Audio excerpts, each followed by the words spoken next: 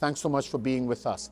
We want to remind you of our Bible study tomorrow night. We want you to be a part of it. I know for us who are in Trinidad, we have a couple holidays coming up, but we want you to be a part of what we're doing here at the VP. I want to come back to the portion of scripture found in 1 Chronicles chapter 22.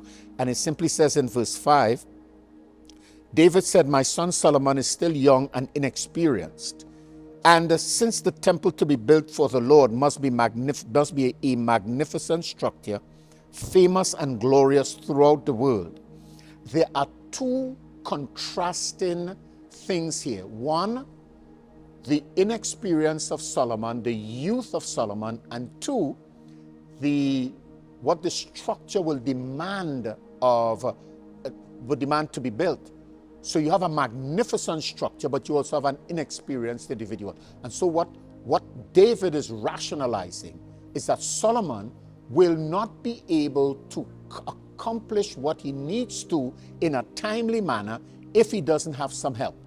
So we've got to see David now as part of the building block of what Solomon would accomplish. So Solomon didn't stand on the ground when he began. Solomon stood on David's shoulder. He utilized his reputation. He utilized the materials that were gathered for him to utilize. He stood there with David's connections. He almost stood literally on David's shoulders, so he didn't have to start from scratch. And I think that's what discipleship or mentorship is all about.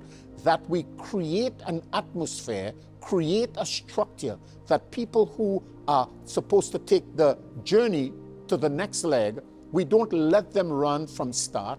We allow them to stand on our shoulders. And it could be in any field, in any sphere, whether it be business, church, whether it be education. We lend our expertise, we lend our connections, we lend our resources to the next generation by getting them prepared now and by amassing resources now. A wise man would leave an inheritance for his children's children. It simply says that his children will benefit, and if they work it right, they will leave for his grandchildren more than he left for his children. We've got to create that kind of impact.